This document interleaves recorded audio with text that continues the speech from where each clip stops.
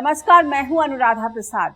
आप देख रहे हैं न्यूज 24 की स्पेशल सीरीज भारत भाग्य विधाता।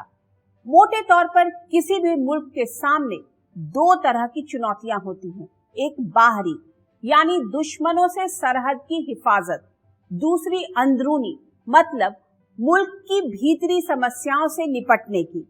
बाहरी चुनौतियों से निपटने के लिए एक मजबूत और अनुशासित सेना की जरूरत होती है। पूरी दुनिया में भारतीय फौज एक ऐसे रोल मॉडल की तरह है जो युद्ध में दुश्मनों के लिए काल और आपदा में लोगों की मदद करने वाला देवदूत बन जाता है। भारतीय सेना राजनीति से दूर रहते हुए लोकतंत्र को मजबूत और गणतंत्र को बुलंद बनाने में बिना किसी शोर शराबे और पूरी शिद्दत से जुटी रहती है। हमारी सेना ने कभी भी उस लक्ष्मण रेखा को पार करने की कोशिश नहीं की जो संसदीय लोकतांत्रिक व्यवस्था में खींची गई है।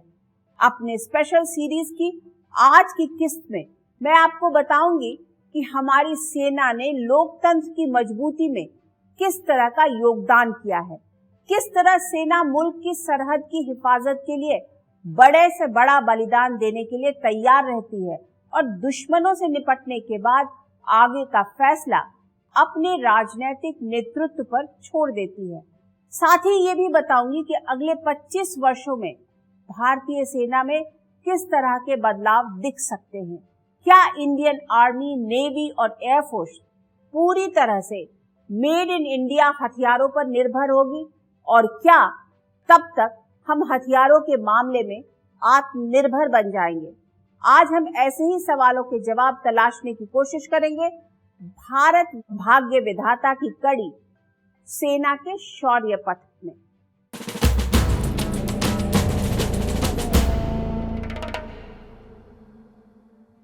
पिछले 75 वर्षों में भारतीय फौज ने सियासत से दूर रहते हुए अपनी जिम्मेदारियों को जिस कड़े अनुशासन और धैर्य के साथ निभाया है वो पूरी दुनिया के लिए एक रोल मॉडल की तरह है। भारतीय फौज का जो ढांचा आज हमारे सामने है उसमें कुछ हद तक अंग्रेजी हुकूमत के दौर की छाप दिखती है। दिल्ली के बीचों बीच खड़ा इंडिया गेट प्रथम विश्व युद्ध में मारे गए भारतीय शूरवीरों की याद में अंग्रेजों ने बनवाया था। पहला विश्व युद्ध खत्म होने के पहले तक सिर्फ 2 भारतीयों को ब्रिटिश इंडियन आर्मी में कमीशन मिला था। साल 1917 तारीख 25 अगस्त, इसी दिन ब्रिटिश इंडियन आर्मी में नौकरी करने वाले 7 भारतीय सैनिकों को कमीशन रैंक दिया गया। ट्रेनिंग के लिए भारतीय अफसरों को इंग्लैंड की रॉयल मिलिट्री एकेडमी भेजा जाने लगा। इस तरह से अंग्रेजों की अगुवाई वाली फौज का इंडियनाइजेशन शुरू हुआ। साल 1942 में के.एम. करियप्पा लेफ्टिनेंट कर्नल के पद पर पहुंचने वाले पहले भारतीय बने। हमारी फौज को राजनीति से दूर रखने में करियप्पा की बड़ी भूमिका मानी जाती है।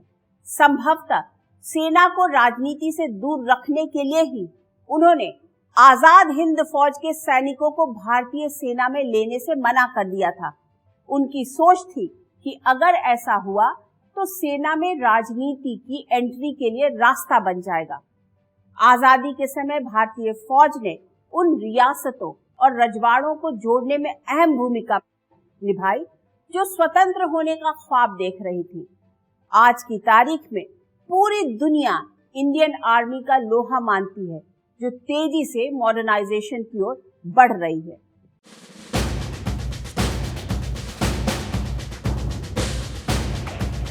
भारतीय सेना के आधुनिकीकरण की दिशा में सरकार का पहला बड़ा कदम है अग्निपथ भर्ती स्कीम।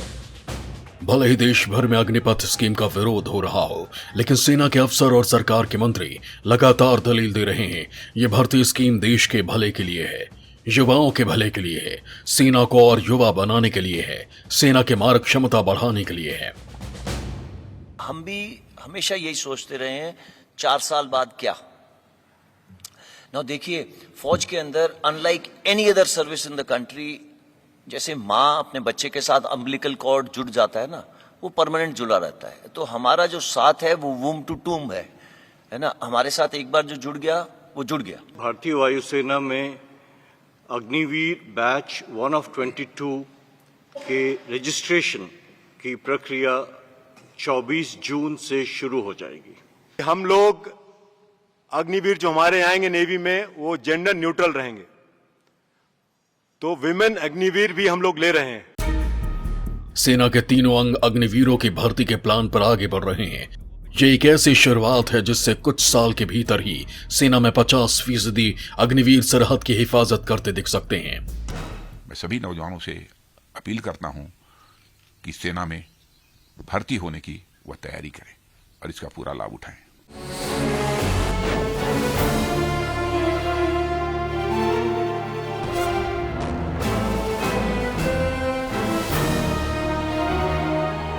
आज की तारीख में भारतीय सेना के तीनों अंगों के तरकश में एक से बढ़कर एक अत्याधुनिक हथियार भरे हुए हैं।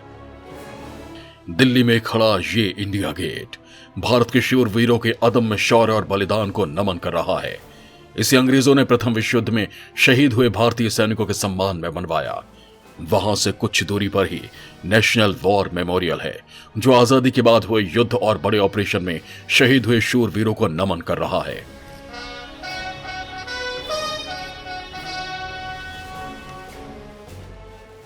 भारतीय फौज के शूरवीर नामुमकिन को मुमकिन में बदलने का हुनर और हौसला रखते हैं। अपने लहू और बलिदान से हमेशा इतिहास बनाते रहे हैं। आजादी के समय भारत के सामने सबसे बड़ी चुनौती थी देश की 565 रियासतों को भारत संघ में विलय करवाने की। ज्यादातर रियासतें तो आसानी से भारत संघ में शामिल हो गईं, लेकिन कुछ आनाकानी कर रही थी। ऐसे में भारत के नक्शे पर दिख रही जम्मू कश्मीर, हैदराबाद और जूनागढ़ रियासत को शामिल करवाने के लिए सेना की मदद लेनी पड़ी। आजादी के तुरंत बाद पाकिस्तानी हुक्मरानों ने पहली साजिश रची कश्मीर पर कब्जे की। इसी मकसद से 22 अक्टूबर 1947 को पाकिस्तानी फौज ने जम्मू कश्मीर पर आक्रमण किया, वो भी कबायलियों के वेश में। लेकिन इंडियन आर्मी ने बहुत हद तक पाकिस्तान के मंसूबों को नाकाम कर दिया। सेना को आगे कर जूनागढ़ रियासत का विलय करवाया गया, तो हैदराबाद रियासत को ऑपरेशन पोलो के जरिए भारत से जोड़ा गया। इंडिपेंडेंस के बाद भारत के सामने दो बड़ी चुनौती थी। एक तो जो हम बोलते हैं एक्सटर्नल थ्रेट, बाहर से डेंजर, और एक इंटरनल चैलेंजेस जो अंदरूनी प्रॉब्लम्स हैं इंडिया की। इंडिपेंडेंस के 1 महीने के बाद जम्मू कश्मीर में पाकिस्तान का एक बहुत बड़ा हमला हुआ था, जिसमें वो तकरीबन श्रीनगर तक पहुंच गए थे। पुंछ रजौरी का इलाका कब्जा कर लिया था, और उसी तरह लेह लद्दाख में कारगिल, द्रास वगैरह का इलाका पूरा उनके कब्जे में था। और भारतीय सेना ने तकरीबन 1 साल से ज़्यादा की लड़ाई में ये सब इलाके जो हैं वो पाकिस्तान आर्मी से वापस लिए। तो आप समझ सकते हैं कि एक स्टेट जम्मू एंड कश्मीर जो तकरीबन हमारे हाथ में नहीं होता अगर इंडियन आर्मी ने इस तरह का ऑपरेशन नहीं किया होता। देश के पहले प्रधानमंत्री पंडित जवाहरलाल नेहरू अच्छी तरह समझ चुके थे कि संसदीय लोकतंत्र की मजबूती के लिए सेना को सियासत से दूर रखना कितना जरूरी है। ऐसे में अंग्रेजों के जमाने से चले आ रहे सेना के कमांडर इन चीफ पोस्ट को खत्म कर दिया गया। आर्मी, एयरफोर्स और नेवी को बराबर की अहमियत दी गई और तीनों के अलग अलग चीफ बनाए गए। आर्मी, नेवी और एयरफोर्स चीफ के ऊपर रक्षा मंत्री को रखा गया। सेना के पूरे सिस्टम को लोगों द्वारा चुनी गई सरकार की कैबिनेट के दायरे में लाया गया। 15 जनवरी 1949 को पहली बार किसी भारतीय को सेना प्रमुख के पद पर पहुंचने का मौका मिला। वो थे जनरल करियप्पा। उत्तर पूर्व के राज्यों में चरमपंथी सिर उठा रहे थे। ऐसे में सेना के सामने भीतरी दुश्मनों से निपटने की भी चुनौती थी। इंडिपेंडेंस के कुछ ही साल बाद इंसर्जेंसीज हमारे नॉर्थ ईस्ट इलाकों में, नागालैंड में, मिजोरम में, उसके बाद मणिपुर में, ये सब इंसर्जेंसी शुरू हो गई थी। जो भी इंडियन आर्मी ने उस समय बहुत अच्छी तरह काम करके और इंसर्जेंसीज को रोक के रखा ताकि यहाँ पॉलिटिकल प्रोसेस स्टार्ट हो जाए। तो इस तरह से मैं बोलूँगा जो इनिशियल ईयर्स हैं आज़ादी के, उसमें जिस तरह से इंडियन आर्मी ने अपना रोल निभाया है वो इस देश को मजबूत और इकट्ठा रखने में उसका बहुत अहम रोल है इसमें। पंडित नेहरू को यकीन था कि भारत पर कोई पड़ोसी हमला नहीं करेगा। ऐसे में उन्होंने सेना को मजबूत करने की जगह कल कारखाने खोलने पर ज्यादा जोर दिया। लेकिन सेना सरकार को पास पड़ोस के खतरों से आगाह करती रही और सरहदों पर डटी रही। कभी राजनीति में दखल अंदाजी की कोशिश नहीं की। लेकिन 1962 में चीन ने पंचशील सिद्धांतों को किनारे रखते हुए भारत पर हमला किया तो इंडियन आर्मी के जवानों ने आखिरी सांस तक चाइनीज आर्मी का मुकाबला किया। 1962 की जंग के बाद भारत के राजनीतिक नेतृत्व ने सेना के आधुनिकीकरण पर जोर दिया। नतीजा ये रहा कि 3 साल बाद ही इंडियन आर्मी ने पाकिस्तान की गलतफहमी और अहंकार को चूर चूर कर दिया और दुश्मन के कई अहम ठिकानों पर कब्जा कर लिया। भारतीय सेना इन युद्धों के एक्सपीरियंस के बाद दुनिया में मानी जाती है कि ये बहुत तजुर्बेकार फौज है और इन्होंने असल तरीके से जंग का एक्सपीरियंस इनमें है और 62 को छोड़ के बाकी हर चुनौती में, हर जंग में हमने विजय प्राप्त की और हमने उस युद्ध में बहुत सराहनीय काम किया और हमारे देशवासी इसीलिए हिंदुस्तानी फौजों को, आर्म फोर्सेस को नंबर 1 दर्जे पे रखती हैं। भारतीय फौज कड़े अनुशासन में रहते हुए दुश्मनों को मुंहतोड़ जवाब देना शुरू कर चुकी थी। 1967 में नाथुला दर्रे में भारतीय फौज ने न सिर्फ चाइनीज आर्मी को बुरी तरह हराया बल्कि नाथुला दर्रे में ही चाइनीज आर्मी के करीब 400 जवानों को मार गिराया। यह भारतीय फौज की बढ़ती ताकत का ट्रेलर था जिसे देखकर चाइनीज आर्मी भी हैरान थी। भारतीय फौज के ज्यादातर आधुनिक हथियार मेड इन रशिया थे। इंदिरा गांधी की अगुवाई में जहां भारतीय सेना आधुनिक हथियारों के जरिए अपनी ताकत बढ़ा रही थी, वहीं पड़ोसी मुल्क पाकिस्तान की सेना लोकतंत्र को बहुत पहले से ही बूटों तले रौंद रही थी। जनरल अयूब खान के बाद पाकिस्तान की कमान जनरल याहिया खान संभाल रहे थे, जो मुल्क की हर समस्या का समाधान बंदूक के जरिए करना चाहते थे। साल 1971 की शुरुआत के साथ ही भारत और पाकिस्तान की सीमा पर तनाव बढ़ने के संकेत मिलने लगे। पूर्वी पाकिस्तान यानी आज के बांग्लादेश में हालात तेजी से बिगड़ने लगे थे। वहां से भागकर लोग भारतीय इलाकों में शरण लेने लगे। अपनी सरहद की सुरक्षा और मानवता के लिए भारतीय फौज ने एक ऐसा युद्ध लड़ा जिसका मकसद न तो सीमाओं का विस्तार था और न ही किसी को नीचा दिखाना। भारतीय फौज के शूरवीरों ने ये जंग लड़ी थी इंसानियत की रक्षा के लिए, एक नए मुल्क को जन्म देने के लिए।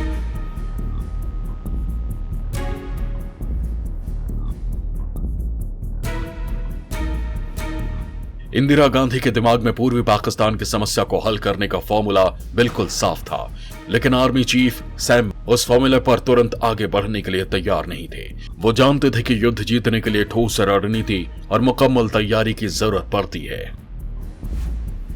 जो प्राइम मिनिस्टर इंदिरा गांधी ने कैबिनेट मीटिंग की थी, बहुत नाराज थी और मुझे पूछा कि कुछ करना पड़े एकदम, तो मेरे को क्या करना पड़ेगा?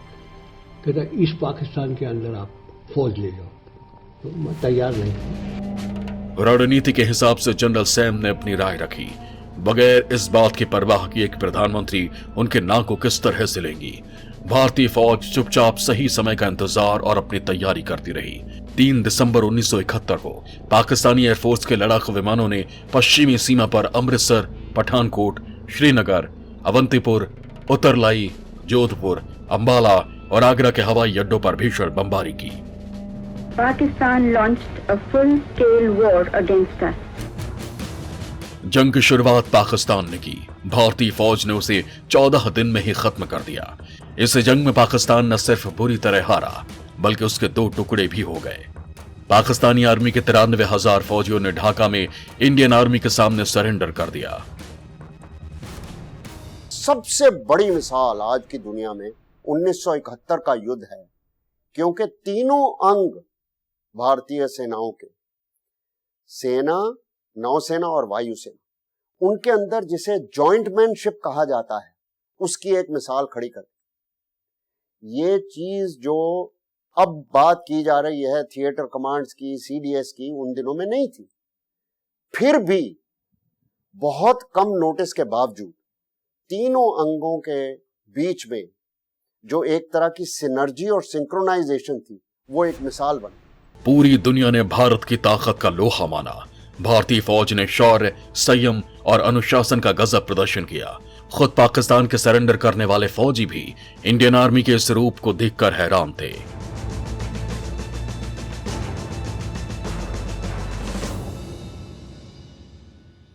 इंडियन आर्मी ने पाकिस्तानी फौज के सरेंडर करने वाले 93,000 फौजियों की किस्मत का फैसला अपनी सरकार पर छोड़ दिया। भारत ने बड़ा दिल दिखाते हुए पाकिस्तानी कैदियों को छोड़ने का फैसला लिया। इस फैसले पर सेना पूरी तरह से सरकार के साथ खड़ी रही। हमारी लोकतांत्रिक व्यवस्था में ऐसे इंतजाम किए गए हैं जिससे किसी भी जनरल को मनमानी करने की खुली छूट नहीं मिलती है।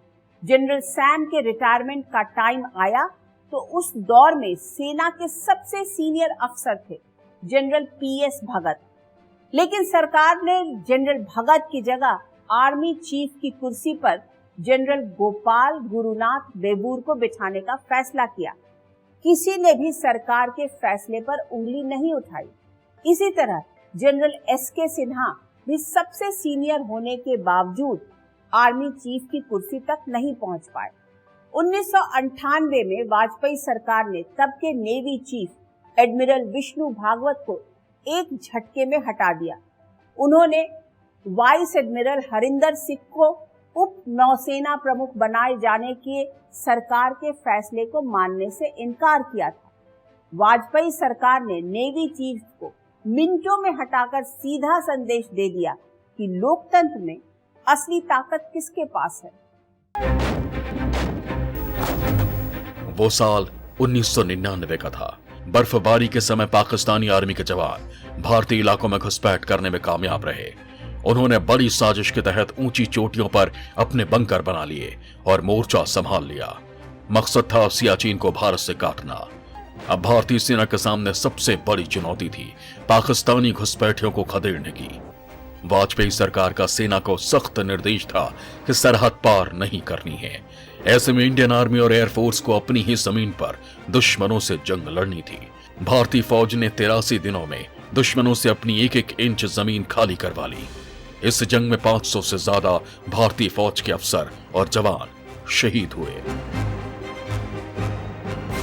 दुनिया में बहुत प्रसिद्ध फौजें हैं हमारे देश की, और हिंदुस्तान की फौजें एक उभरते हुए विकासशील डेमोक्रेटिक देश की शान है। आप देखेंगे जो पराक्रम हुआ था 2001-2 में, पार्लियामेंट अटैक के बाद 1 साल की मोबिलाइजेशन की थी इंडिया ने पाकिस्तान बॉर्डर पर।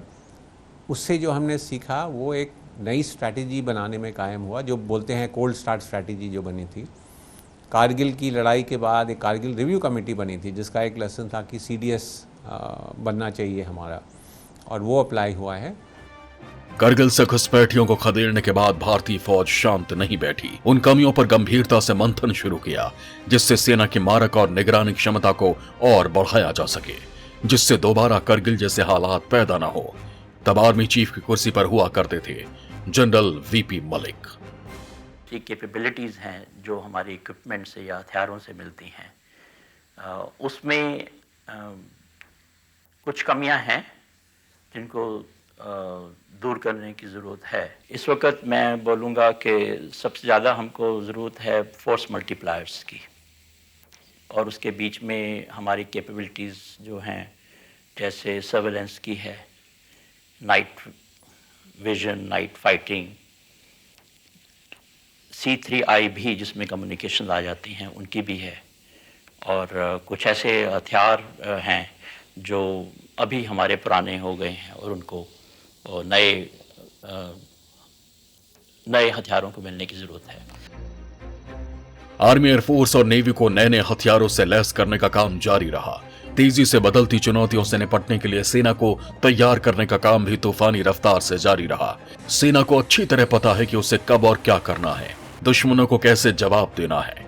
2016 में उरी में हुए आतंकी हमले के बाद भारतीय फौज ने पीओके में घुसकर सर्जिकल स्ट्राइक की। बालाकोट में तो भारतीय वायुसेना के फाइटर विमान आतंकियों के अड्डे तबाह कर लौट आए। ये नए दौर का भारत है जो दुश्मन को उसके घर में घुसकर मारता है। लेकिन जान पर खेलकर ऐसे मिशन को अंजाम देने वाले शूरमाओं के बारे में उनकी यूनिट के भी बहुत कम लोग जानते हैं। ये भारतीय फौज के काम करने का तरीका है। हर चुनौती पर हमेशा आपकी वीरता हर चुनौती पर भारी पड़ी है। जल थल नभ तीनों में हमारी सेना दिन रात बाज की तरह दुश्मन पर नजर बनाए हुए है। डोकलाम में चाइनीज आर्मी को पीछे हटने पर मजबूर किया तो गलवान घाटी में अपने प्राणों की आहुति देकर भारतीय फौज के परमवीरों ने चीन की हर साजिश को नाकाम किया। भारतीय फौज युद्ध से लेकर शांति काल तक में अपनी हर भूमिका पूरी शिद्दत से निभाना जानती है। भारतीय सेना का एक और पक्ष पूरी दुनिया को हैरान करता है। भारतीय सेना में सिख, जाट, गढ़वाल, कुमायूं, महार, गोरखा, राजपूत जैसी रेजिमेंट है। अलग अलग धर्म और जाति के लोग सेना में कंधे से कंधा मिलाकर मुल्क की हिफाजत करते हैं। इस तरह हमारी सेना भारत की यूनिटी इन डाइवर्सिटी की सबसे बेहतर मिसाल पेश करती है। ये भारतीय सेना के ऊंचे आदर्श, शौर्य और निष्पक्षता का ही कमाल है कि पाकिस्तान के army chief general Kanwar Javed Bajwa भी अपने फौजियों को नसीहत देते हैं कि राजनीति से सेना को किस तरह से दूर रहना चाहिए। ये भारतीय फौज से सीखिए। अब सवाल उठता है कि 2022 में भारतीय फौज जहां खड़ी है वहां से आगे का रास्ता क्या है। अगले 25 वर्षों में भारतीय सेना का रंग, रूप और उसकी ताकत कितनी बदल जाएगी। भारतीय फौज विदेशी हथियारों की जगह स्वदेशी हथियारों पर किस हद तक निर्भर हो पाएगी। बदले ग्लोबल ऑर्डर में इंडियन आर्मी, एयरफोर्स और नेवी के सामने किस तरह की चुनौतियां होंगी। क्या अगले 25 वर्षों में हम पूरी तरह से हथियारों के मामले में आत्मनिर्भर हो पाएंगे।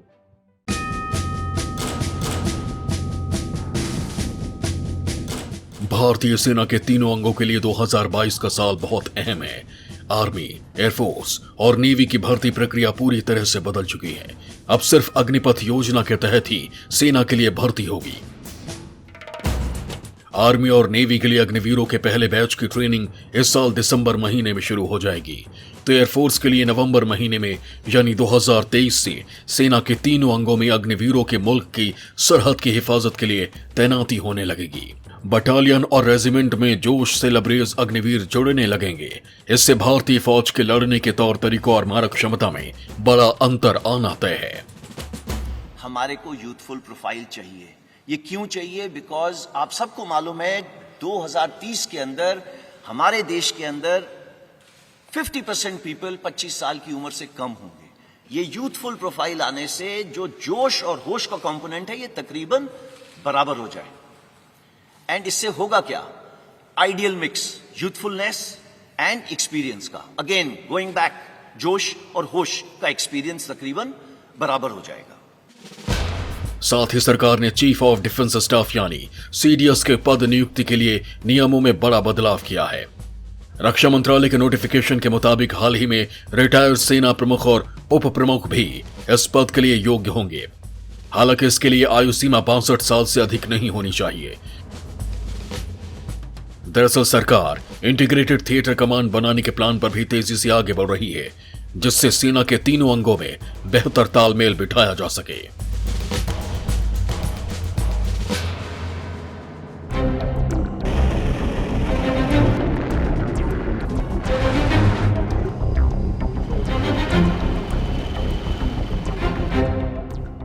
भारत के पूरब में चीन और पश्चिम में पाकिस्तान से बड़ा खतरा है। ऐसे में इंडियन आर्मी, एयरफोर्स और नेवी को हमेशा दोनों मोर्चों पर लड़ाई के लिए हमेशा तैयार रहना पड़ता है। दुश्मनों से निपटने के लिए फौलादी हौसलों के साथ साथ अत्याधुनिक हथियारों की भी जरूरत पड़ती है। फिलहाल भारतीय सेना के तरकश में 70% हथियार मेड इन रशिया हैं, लेकिन अब सरकार का पूरा जोर आर्मी, नेवी और एयरफोर्स को स्वदेशी हथियारों से लैस करने पर है। हमें अपने आधुनिक हथियार ही बनाने चाहिए, अपनी डिफेंस इंडस्ट्रियल बेस को और मजबूत करना चाहिए। और 25 साल के बाद आप देखेंगे कि जो ज़्यादातर हथियार तीनों सर्विस में हैं वो हमारे इंडिया में ही डेवलप किए हुए हथियार हैं। मौजूदा सरकार का पूरा जोर आर्मी, एयरफोर्स और नेवी द्वारा इस्तेमाल किए जाने वाले हथियार देश के भीतर ही विकसित करने और बनाने पर है। ऐसे में स्वदेशी हथियारों को बढ़ावा देने के लिए सरकार चरणबद्ध तरीके से 310 हथियारों के आयात पर रोक लगा चुकी है। 2020 से मार्च 2022 के बीच आर्मी ने 29 रक्षा सौदे किए, जिसमें 19 भारतीय कंपनियों के साथ हुए हैं।